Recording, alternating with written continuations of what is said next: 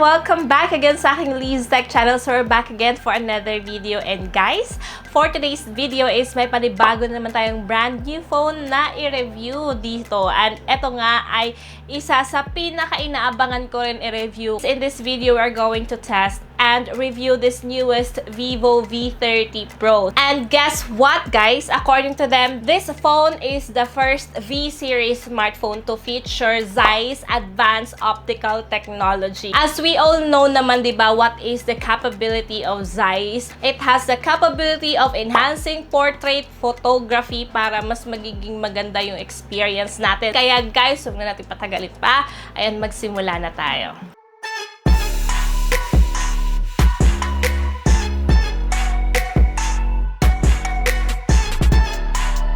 So, andito na nga guys, si Vivo V30 Pro which co-engineered with Zeiss and of course, powered din to ng MediaTek Dimensity 8200. Plus, eto pa, meron nga siyang triple 50MP camera with Zeiss and 50MP AF front camera at 5,000 mAh naman yung kanyang battery. Talagang promising itong kanyang specification, kaya yan, buksan na natin ka-techies. So, as we open the box guys, bubukad agad ang unit as you can see there. And of course, meron siyang power brick.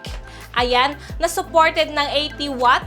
Then, meron tayong USB Type-C charging cable. So, here na guys, mismo yung phone itself. So, tanggalin na natin yung cover niya. Ayan na nga guys, as we take off the cover, talaga namang bubungad agad etong kanyang camera and of course, yung design. So, there makita nyo agad dyan yung Zeiss logo sa mismong camera niya. So, meron po siyang tatlong cameras dito sa likod. Ayan, yan po ay 50MP triple camera na talaga siya. So, hindi lang yung main cam yung 50MP, pati yung mga supporting cameras niya is 50MP na yan. In fact, makita nyo dyan na yung 50MP first main camera niya is supported na ng Zeiss Professional Portrait. Then, yung secondary is 50MP for the ultra-wide angle na may 119 degrees. And then, yung third na naman niya na supporting camera is yung 50MP VCS True Color plus may OIS pa. And apart sa camera guys, makikita nyo rin dyan yung agaw pansin na Aura Light Portrait 3.0. Same form lang din no sa camera module sa taas. And then you can see there na may Aura Light OIS Portrait na nakalagay. So ayan, makita nyo mas pinalaki na yung Aura Light 3.0 nila ngayon. So batitest din natin yan mamaya. There sa front naman niya guys is meron din siyang 50MP AF selfie camera. So, even sa front din is talagang 50MP din. Talagang hindi rin nila tinipid. So, usually kasi yung likod lang yung malaking cam. Dun sa front is hindi na. Pero etong sa Vivo V30 Pro, pati front 50MP din. So, Vivo V30 Pro guys, pagdating sa kanyang camera features, dami siyang features para mas magiging maganda yung experience nyo sa kanyang camera. As you can see there, meron siyang Aura Light Portrait 2.0. Meron siyang Zeiss Border Watermark. Meron siyang Zeiss Style Portrait. At meron siyang Vivo Color System, AI Group Portrait, Ultra-Wide, and Macro Shot. So, eto guys, lahat na features na to ay talagang tinest ko, no, para makita nyo rin yung performance talaga ng camera niya. And in fairness, guys, hindi naman ako binigo sa aking experience. So, as you can see there, tinest ko agad etong kanyang rear camera at makikita nyo agad yung sample shots ko dyan. Yung Aura Light Portrait 3.0 niya ay talagang malaking tulong, no? So, kayang-kayang abutin ng Aura Light 3.0 kahit medyo malayo na yung object. Maliwanag at klaro pa rin yung image, guys. And sobrang detailed, no? Kahit hindi na masyadong mailaw yung area. So, malaking tulong yung Aura Light Portrait 3.0 talaga. Ayan, makikita nyo naman dyan yung clarity, yung boldness ng image. And good thing is, adjustable din yung light color nitong Aura Light 3.0. So, mas magiging maganda pa rin yung kuha regardless kung ano yung lighting sa background or sa area mismo ng kinukuhanan mo. So, yan, napakaganda na appreciate ko. Then, isa pa sa na-enjoy din ako, of course, itong mga other features nga niya, just like itong Zeiss Style Portrait. Talagang sobrang fun ng experience namin dito kasi ayan, pwede ka pong makapag-picture ng iba't ibang style of portrait. Pwede itong Biotar. Ang ganda ng Biotar Zeiss. Ay effect ng parang gamit mo is digital camera. Parang ganun yung effect ng Biotar. Ang ganda. Sobrang linis. Sobrang professional niya. Then, of course, meron din siyang sonar. Ayan. At meron din siyang planar. Ayan. Distagon, Cine Flare. Ayan, ang ganda rin ng Cine Flare, guys. At saka cinematic. Ayan, so meron din siyang cinematic shots kung gusto mo naman na parang dramatic yung kuha din. Ayan, sobrang ganda kasi marami din siyang portrait style na pwede mong i-explore while using this 50MP with Zeiss portrait camera. Parang gumamit kami ng professional camera talaga sa mga photos, diba? Ang ganda ng separation ng objects sa background and yung effects talaga sa lighting, sa background, and even sa mga shadows ng trees. Talagang makikita mo yung effect. Ang ganda. Then guys, makita nyo rin dyan na meron din siyang other features like the Vivo Color System. Ayan. Yung Vivo Color System naman, ang maganda dito is pwede ka makapag-picture ng Zeiss Natural lang. Meron ding textured at meron ding vivid. Depende na sa inyo kung ano yung gusto nyong texture sa photos or effect. Ayan. So, ako kasi mahilig ako sa vivid, kaya usually yung ginagamit ko is vivid. Then of course, ay kinaganda rin dito guys is meron siyang AI group portrait. And even if marami kayo guys, kaya kayong i-cater sa kanyang portrait na camera. So, maganda pa rin yung separation ng object sa background. Makuhanan kayong lahat sa portrait shots. At ang maganda rin naman siyang Zeiss border watermark. Makikita nyo na dyan, lakas mga professional yung watermark din niya. Sobrang ganda. Na-appreciate ko rin po itong ultra-wide angle niya. Ayan, kahit mag-picture ka na ng scenic view, hindi mo na kailangan mag-step back para lang makuhanan yun. And of course, na-screen yung macro shot niya. And ang ganda rin. So, ayan guys, nakita nyo na ang ganda ng rear camera nitong bagong Vivo V30 Pro. Talagang mag-enjoy kayo dito sa kaka-explore ng cameras niya. Even sa video recording guys, salute din ako dito kasi kaya po niya yung 4K, 60 frames per second sa rear camera video. At nakita nyo dyan kung gaano din ka-quality yung kanyang video guys. And of course, yung 1080p naman niya is maganda rin yung quality. In fact, meron din siyang OIS. Ayan. At makita nyo naman kung gaano ka-stable yung video. Pwede kang pumili. It's either standard stabilization yung gusto mo or ultra. Ayan, makita nyo naman yung difference. And apart from that, guys, is pwede rin mas magiging maganda yung video nyo kung gamitin nyo yung Aralight portrait video plus yung kanyang hybrid image stabilization. Kung makita nyo dyan, tinest po namin with, of course, this feature and sobrang ganda po ng ating video quality din.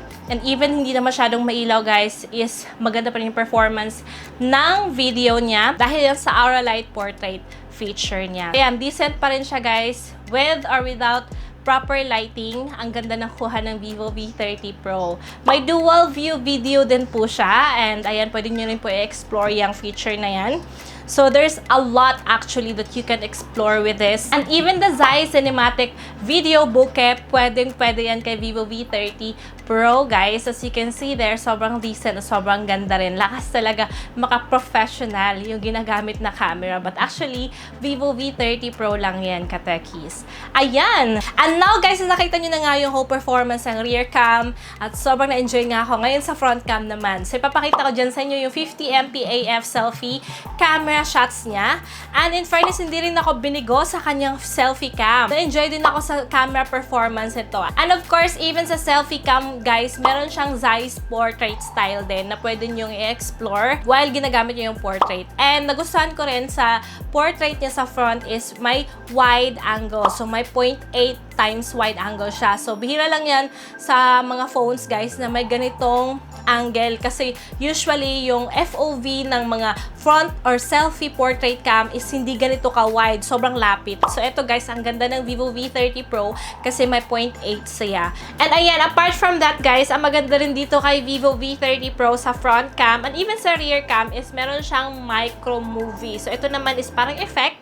You know, kapag mag-film ka na kahit quick lang, is may mga effect na sa food vlog mo or daily vlog ba. So, may mga choices ka kung ano yung gusto mong parang effect dun sa vlog mo. Hindi mo na kailangan mag-edit pa kasi dito pa lang sa micro movie, may effect na siya. So, ayan. Pwede nyo yung explore din kung aspiring content creator or vlogger ka. Ayan. So, there's a lot of features actually in this phone. Super Moon, meron din.